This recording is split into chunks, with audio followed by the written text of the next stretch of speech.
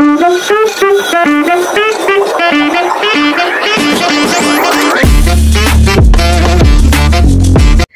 আলাইকুম এভরিওয়ান। কাছে থেকে দূরে থেকে যে যেখান থেকে দেখছেন, আশা করছি সবাই ভালো আছেন, সুস্থ আছেন এবং নিরাপদে আছেন। আমি রওশনারা আজ আবারও ওয়েলকাম করছি ইন্ডিয়ান ভিসা রিলেটেড নতুন আরও একটি ভিডিওতে। বেনাপোল স্থলবন্দর, যেদিক দিয়ে প্রতিদিনই কিন্তু সবচেয়ে বেশি পাসপোর্টধারী যাত্রী ভারতে ঢুকে, বর্তমানে এই বেনাপোল বন্দর কিন্তু অনেকটাই শূন্যের কোঠায় দাঁড়িয়েছে। যাত্রী সংখ্যা এত কম হয়ে গেছে যে সেটা হাতে গোনা যাবে। আর এর একমাত্র কারণ হচ্ছে ভারতের ভিসা জটিলতা বা ভারত থেকে বাংলাদেশি নাগরিকদের জন্য ভিসা সীমিত করার ফল।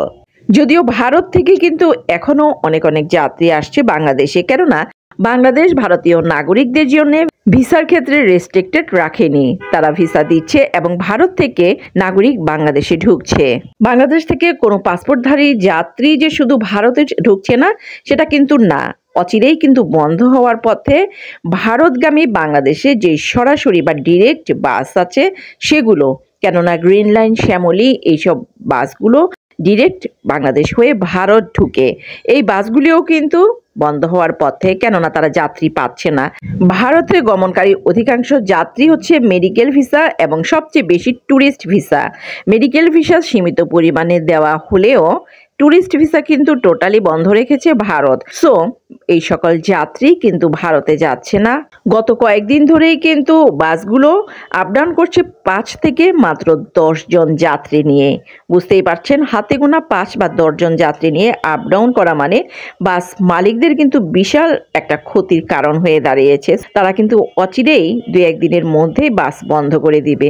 তাছাড়া সবচেয়ে যে বড় কারণ সেটা হচ্ছে বাসের ড্রাইভার থেকে শুরু করে হেল্পার বা কন্ট্রাক্টর, তাদেরও কিন্তু ভিসার মেয়াদ অলরেডি অনেকেরই শেষ হয়ে গেছে, নতুন করে কেউ ভিসা পাচ্ছে না। সো ভারতে ঢুকতেও তারা পারছে না, বা 2-1 দিনের মধ্যে হয়তো বা ভারতেও যেতে পারবে না, যেমনটা হয়েছে বাংলাদেশি নাগরিকদের ক্ষেত্রে। যারা ভিসা নিয়েছে জুলাই মাসে, তাদের কিন্তু অলমোস্ট ভিসার মেয়াদ শেষ হয়ে যাবে জানুয়ারির 12 কি 13 তারিখে। এর মাঝে যদি ভিসা তারা না পায়, আর ভারতে ঢুকতে পারবে না।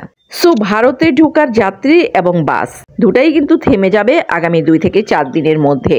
মূলত বাংলাদেশের ছাত্র জনতার অভ্যুত্থানের মাধ্যমে ক্ষমতার পালাবদল ঘটার পর 5 মাসের উপর কেটে গেছে। গত বছরের 5 আগস্টের পর প্রতিবেশী ভারতের সঙ্গে বাংলাদেশের সম্পর্কেও দেখা গেছে নাটকীয় অবনতি, যা এখনো স্বাভাবিক হয়েছে সেটা মোটেই বলা যাবে না। গত কয়েক মাসে দুটো দেশের সরকার নিজেদের মধ্যে যে ঠিক বন্ধুপ্রতিম ব্যবহার করেনি, সেটাও কিন্তু দিনের আলোর মতোই সবার কাছে স্পষ্ট হয়ে গেছে। তা সত্ত্বেও খুব সম্প্রতি এমন কিছু লক্ষণ দুপক্ষ থেকেই দেখা যাচ্ছে, এমনটাই মনে করছেন অনেকেই। পর্যবেক্ষকরাও ধারণা করছেন নতুন বছরে হয়তো দ্বিপাক্ষিক সম্পর্কে একটা উন্নতির সম্ভাবনা আছে। এর কারণটা খুব সহজ, দুপক্ষেরই কিন্তু তাগিদ আছে। যেমন ভারত ও বাংলাদেশকে যে পরস্পরের স্বার্থেই নিজেদের মধ্যে কূটনৈতিক, স্ট্র্যাটেজিক বা অর্থনৈতিক ক্ষেত্রে মোটামুটি একটা সুসম্পর্ক রেখে চলতে হবে, এই উপলব্ধি ধীরে ধীরে আবারও ফিরে আসছে এবং তার রাস্তাটাও খুঁজে বের করার চেষ্টা চলছে।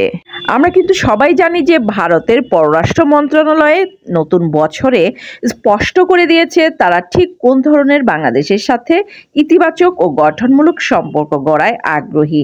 মানে সম্পর্ক চুকিয়ে দেওয়াটা যে কোনো অপশন নয়, প্রকারান্তরে দিল্লিও সেটা বুঝিয়ে দিয়েছে।